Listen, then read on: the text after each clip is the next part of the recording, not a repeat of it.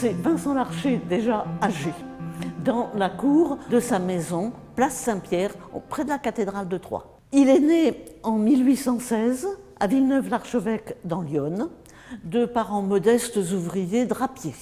La fratrie est nombreuse, il a certainement dû travailler très vite et il a été ouvrier peintre en bâtiment. Jusqu'au jour où, à 20 ans, il change complètement, car on lui demande de faire une restauration d'un beau vitrail de la cathédrale de Sens. On lui demande de faire quelque chose qu'il estime lamentable par rapport à la beauté du vitrail.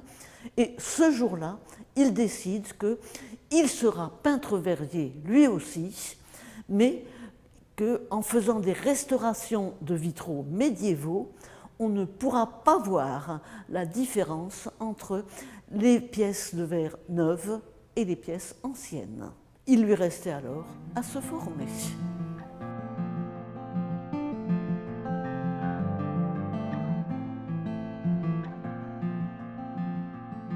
Il a tout à apprendre et en particulier, il lui faut apprendre à dessiner. Il se fournit des feuilles éparses de méthodes des professeurs de dessin à l'École royale à Paris, toutes basées sur la copie. Le dessin supérieur est complet. Le dessin qui est au-dessous est tout pâle, on a simplement mis en pointillé les traits principaux. Celui qui apprend doit compléter ce dessin de manière à ce qu'il devienne identique à celui qui est au-dessus. Vincent Larcher a fait de très nombreuses copies. C'est vraiment de cette manière que Vincent Larcher apprend à dessiner. Il ne s'agit pas de créer, il s'agit d'imiter un dessin. Et il devient ainsi non seulement un très bon dessinateur, mais également un très bon imitateur. Ces qualités vont lui servir, bien sûr, pour son travail de restauration.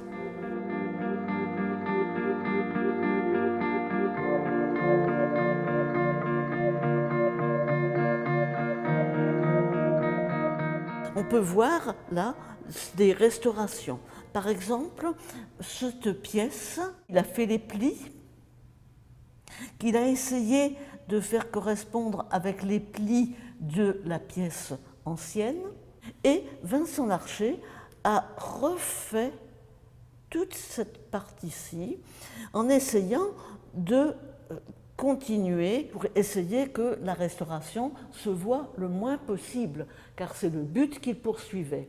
Cette verrière appartient aux premières restaurations qu'il a pu faire dans sa carrière. Les pièces restaurées sont bien là, mais elles se voient beaucoup. Il n'a pas encore affiné suffisamment sa technique.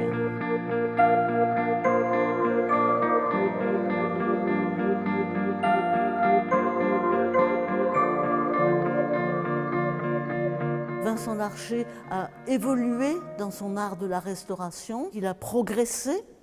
Par exemple, pour la robe de Saint Jean-Baptiste qui se prépare à avoir la tête coupée, eh bien, on peut voir qu'elle est de plusieurs couleurs et en intermédiaire, il y a une couleur marron clair un peu.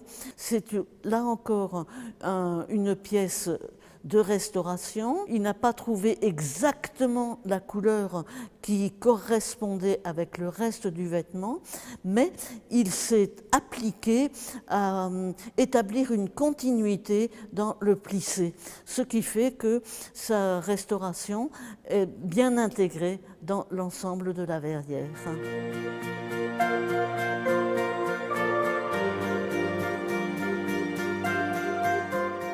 Jusqu'en 1860 à peu près, eh bien, il y a eu un concurrent qui était Martin Hermanowska.